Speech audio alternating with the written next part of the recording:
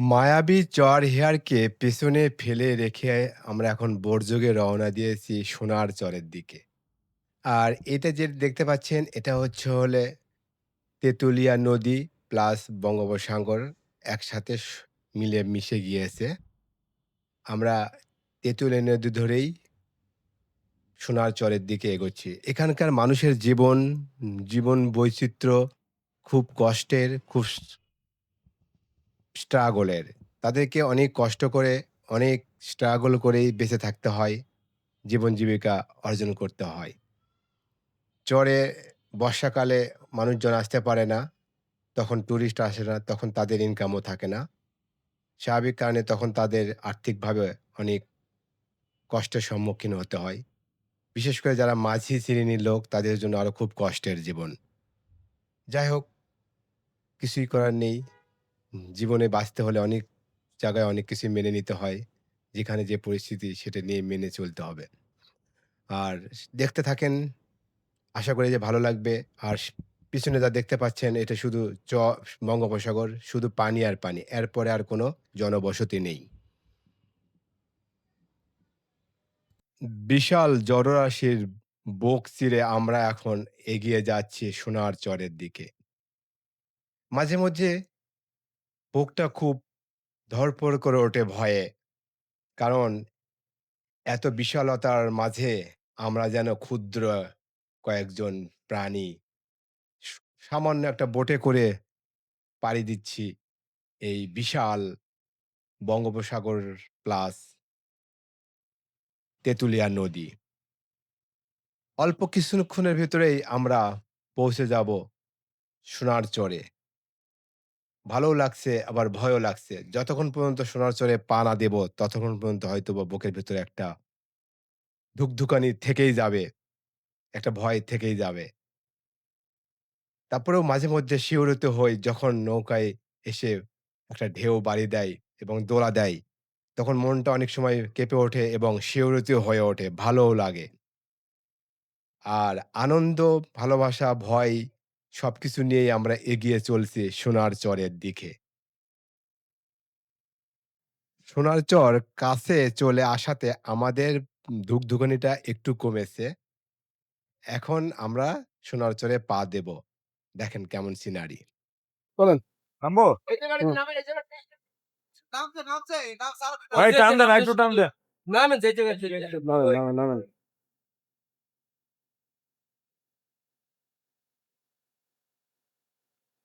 নামেন। এই কোনো সমস্যা নাই তো না? না, না, কোনো সমস্যা নাই। বললাম না।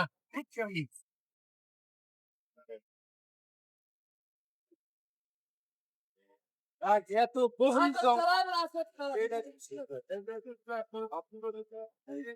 এগুলো আসলে লাইক করা উচিত। কি বলছো বুঝছেন? হ্যাঁ, কোন দিকে গেছে? আরে এই যে দিতে আপনার সেফ সেফ এগুলা ওমা ওমা ওমা হুম। বাজাইছে তুমি করে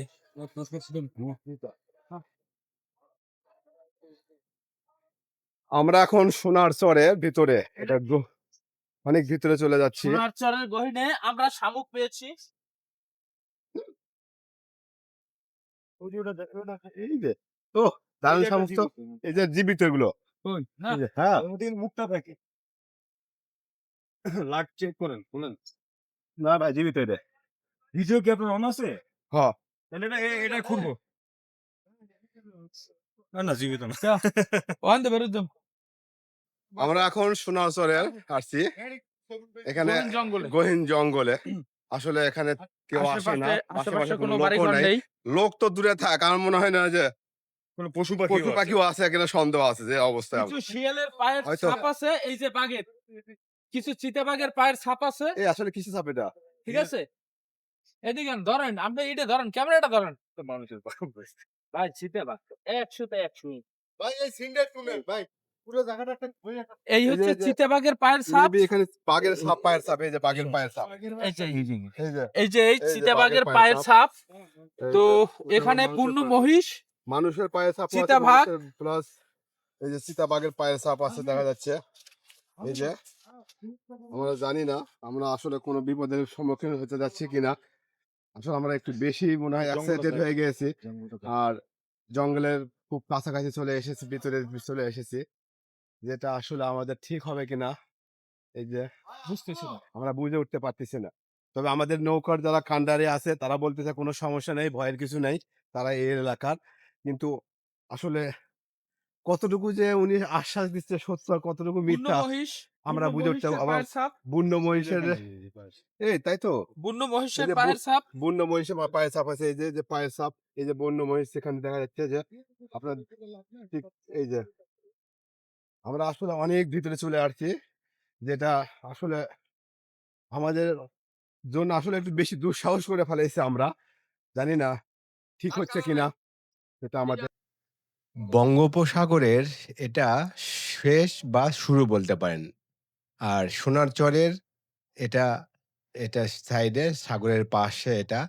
এটাই শেষ সোনার চর। এখানে এরপরে আর কোনো জনবসতি নেই, কোনো চরও নেই।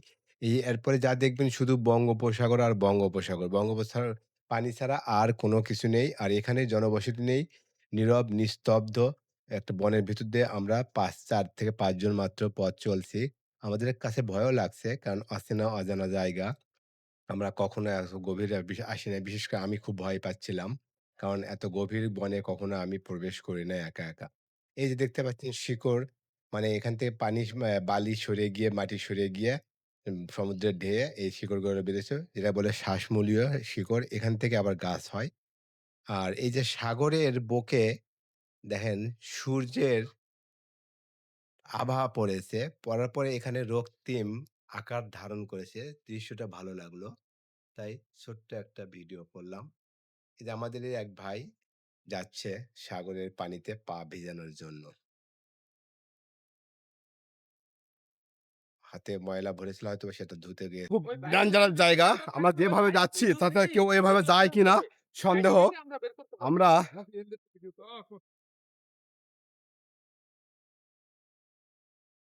খুব ভয়ঙ্কর জায়গা তো। খুব একটা ভয়ঙ্কর জায়গা, কারণ এখানে বন্য মহিষ আছে। অনেক সময় আমরা দেখলাম যে মনে হয় বাঘের ছাপের পায়ের ছাপ হতে পারে, চিতা বাঘের পায়ের ছাপ। আবার কিছু মানে মহিষের ছাপ আছে বেশ। আসলে আমরা জানি না যে কোথায় কোন পর্যায়ে আছে, কি পর্যায়ে আছে, আমরা কোথায় যাচ্ছি জানি না। তবে আমরা বেশি গহীনে যাচ্ছি না, কারণ বন্য প্রাণীর ভয়ে, বন্য প্রাণীর আক্রমণের ভয়ে বেশি গভীরে যাচ্ছি না। কিন্তু হয়তো এই যে আমার পিছনে আমার সঙ্গী সাথীরা আছে, ভ্রমণের সঙ্গীরা আছে, এই যে তারা অবশ্য আমার পিছনে পড়ে গিয়েছে। মামুন ভাই আসতে পারতেছে না। আমি জানি না। এইগুলোর জন্য এই যে এটা কৃষি শুকনো এইগুলা বারবিকিউ রান্না বান্না করার জন্য না, আমি তো আমার কিছু নাই। খালি রাইখে দিছি। ছাড়তে বলতো না চলতে কেন যেটা বললো এটাই কও। না মাঝে মধ্যে তোর এইগুলো আমরা শুনি না। এই যে গোল গাছ পাই গেছি, কাঙ্ক্ষিত সেই গোল গাছ। এটা কি গোল পাতা? পাইলে ভালো হইতো। গোল পাতা। এটা ফল পাইলে ভালো হতো, ফল। সুন্দরবনের ঐতিহ্য।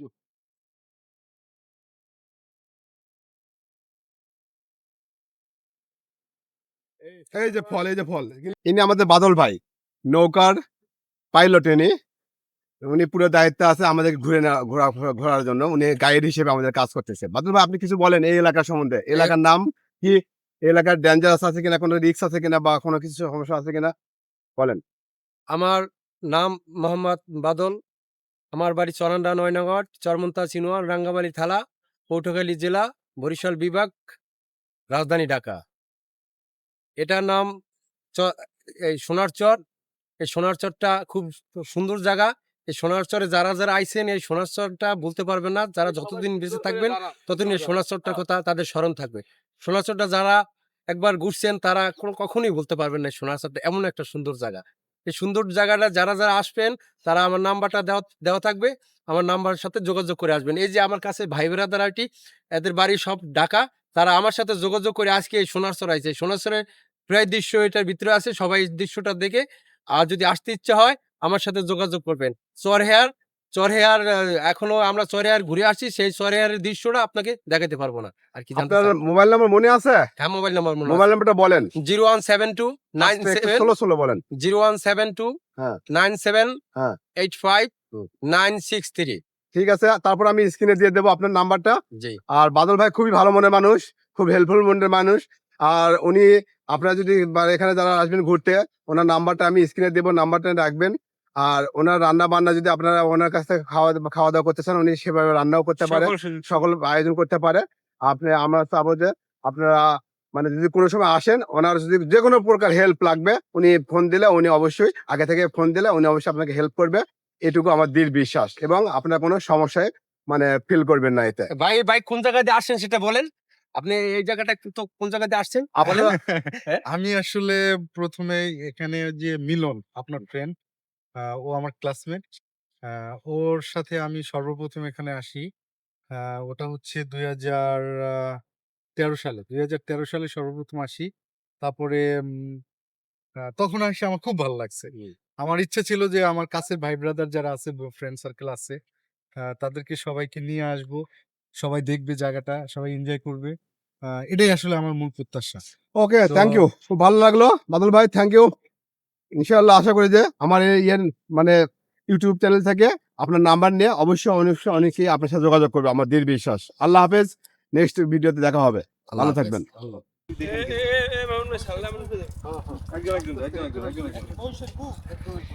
এই যে ডেঞ্জারাস কাঠ, এটা জানি না, আমরা গাছের নাম জানি না, কিন্তু এই পাতায় পাতায় কাটা দিয়ে ভরা, এর প্রচুর ডেঞ্জারাস। আমরা খুব সাবধানে যাচ্ছি, দেখা যাচ্ছে যে আমাদের প্যান্টের উপর দিয়ে এটা মানে বিধে যাচ্ছে, এটা কাঁটাটা এমন অবস্থা এটার। আর এই যে মহিষ, হরিণ দেখা যাচ্ছে, হরিণ। সাউন্ড করে না, সাউন্ড করে না, সাউন্ড করে না। এদিকে। আস্তে আস্তে।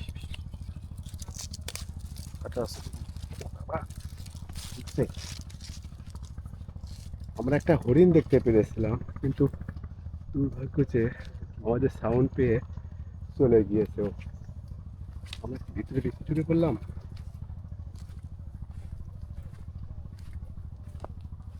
কিসের আওয়াজ? ঘুঘু।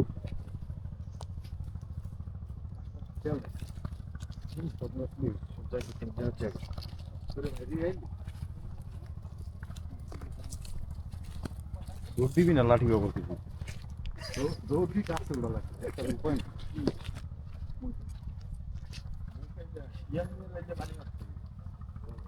মহিষ এলে তুলে ভাই এইটার ভিডিওটা করে তারা স্বীকার করে।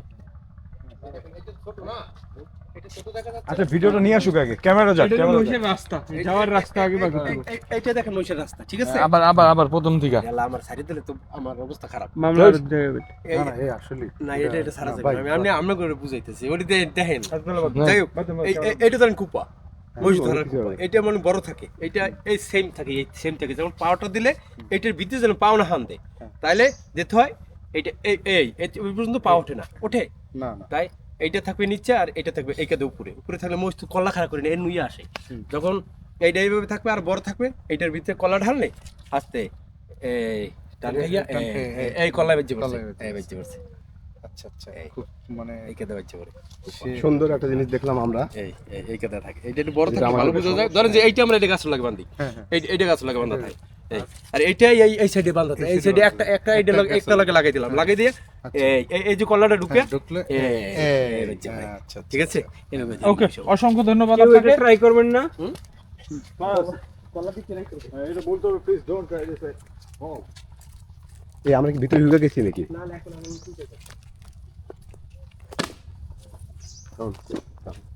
দেখলাম এটা ট্রাই করে যে আসলে এটা চলো কত দুঃখ করতে পারছি।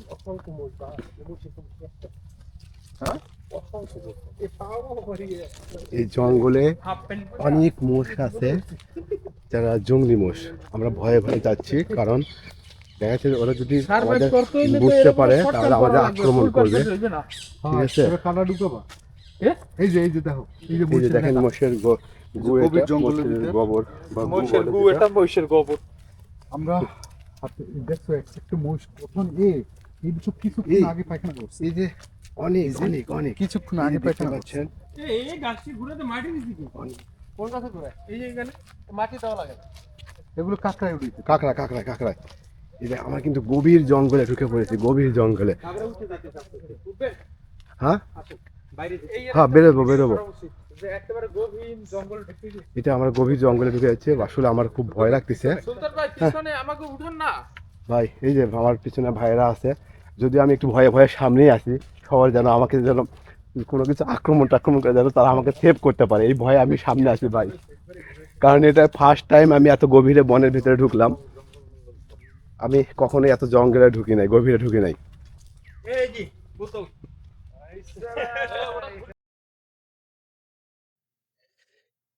এই যে একটা গাছ দেখা যাচ্ছে দেখেন।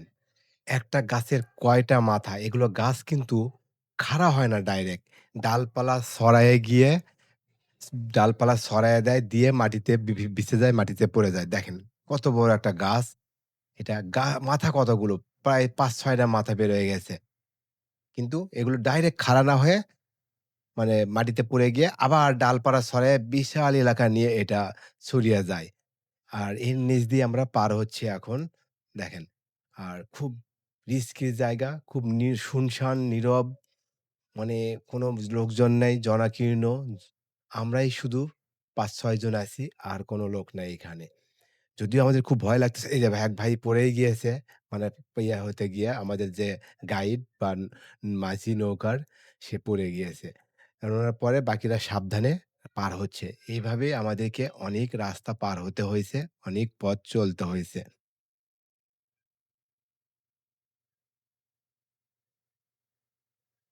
হয়তো এখন আমরা এই যে জঙ্গলের একটু বাহিরে চলে এসেছি। যা মনে হচ্ছে দেখে মোটামুটি একটা, না আসলে জঙ্গলের ঠিক বাইরে না। তারপরেও একটু এখানে একটা তথ্য দিয়ে রাখি আমি আপনাদেরকে। সেটা হলে সুন্দরবনের কাছাকাছি বা স্থানীয় ভাষায় এদের শ্বাসমূল এবং মাটির উপরে উঠে আসা অংশগুলোকে শুলা বলা হয় স্থানীয় ভাষায়। আর আমরা মূলত শ্বাসমূল হিসেবেই জানি এটাকে। আর এই বনের পরিধি প্রায় ২৫,০০০ বর্গ মিটার।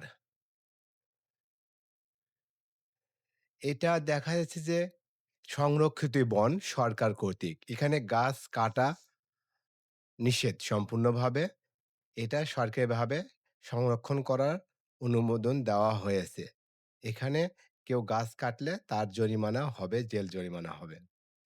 আর এই যে দেখতে পাচ্ছেন, এই যে যেটা আমরা বললাম শ্বাসমূল, এই যে এই যে দেখা যাচ্ছে যে দেখতে পাচ্ছেন এই যে ছোট করুলের মতো বেরোইছে, এগুলোই কেউ বলে শ্বাসমূল মূলত। এগুলোই আবার গাছ হিসেবে বড় হয়ে ওঠে আস্তে। কিন্তু স্থানীয়রা বলে শুলা।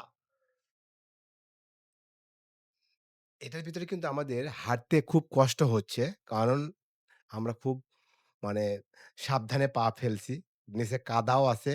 প্লাস ওগুলো মানে উষ্ট খাওয়া বা ব্যথা পাওয়ার অনেক সম্ভাবনা আছে। এইজন্য খুব সাবধানে আমাদেরকে চলতে হচ্ছে পথ। এতে করে আমাদের চলার পথ গতিটা অনেক স্মুথ এবং স্লো হয়ে গিয়েছে। খুব আস্তে আমাদেরকে হাঁটতে হচ্ছে এর ভিতরে।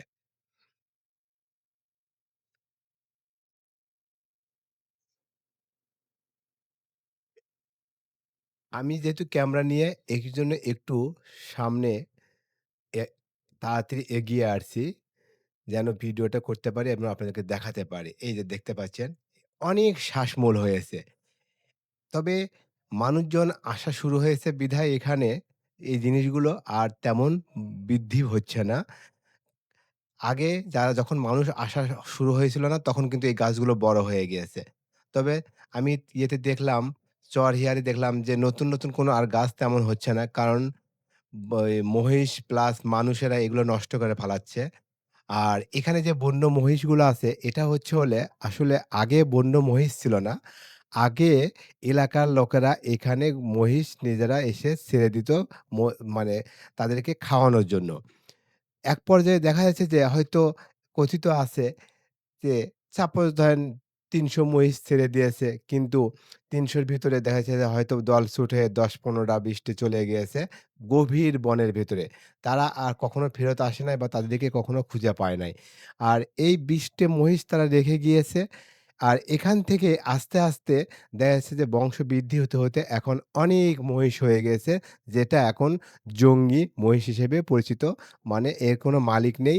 এর মালিক বলতে গেলে সরকার। তবে এখানে কিছু চক্র আছে যারা অবৈধভাবে এই মহিষগুলো শিকার করে এবং বা বাংলাদেশের বিভিন্ন জায়গায় এগুলো ছড়িয়ে ছিটিয়ে দেয়, মাংস বিক্রি করে। এটা চক্র আসলে সরকারের পক্ষে এত লোকবলও নাই এখানে। মানে এটা যদি মানে নিয়ন্ত্রণ করতে চায় তাহলে বিশাল বনকর্মী নিয়োগ দিতে হবে। বিশাল টাকার একটা ব্যয় করতে হবে এখানে সরকারকে। তা আসলে বাংলাদেশের সামর্থ্য অনুযায়ী অত বড় বনকর্মী বা অত বড় মানে বনকে রক্ষণ করার জন্য ব্যয় করার মতো মন মানসিকতা বাংলাদেশে এখনো গড়ে ওঠে নাই। তবে যদি গড়তে পারে তাহলে দেশের জন্য ভালো হবে। গাছ রক্ষা পাবে, জংলি মহিষগুলো রক্ষা পাবে, দেশের সম্পদও বাড়বে এবং এই মহিষগুলো এক পর্যায়ে দেখা যাচ্ছে সরকারও মাংস হিসেবে রপ্তানি করতে পারবে বা জনগণের মাঝে ছড়িয়ে দিতে পারবে। তা সরকারকে রিকোয়েস্ট করব যেন বেশি, বেশি বনকর্মী নিয়োগ দিয়ে এই জিনিসগুলো যেন সংরক্ষণ করা হয় এটাই রিকোয়েস্ট থাকবে। অনেক সময় পরে আমরা বনের বাইরে চলে এসেছি। আর প্রায় সন্ধ্যাও লেগে গিয়েছে। এই যে সূর্যাস্ত যাচ্ছে এটার একটা ছোট্ট ভিডিও করলাম স্লো মোশনে। এটা আমি আপনাদের সামনে তুলে ধরলাম।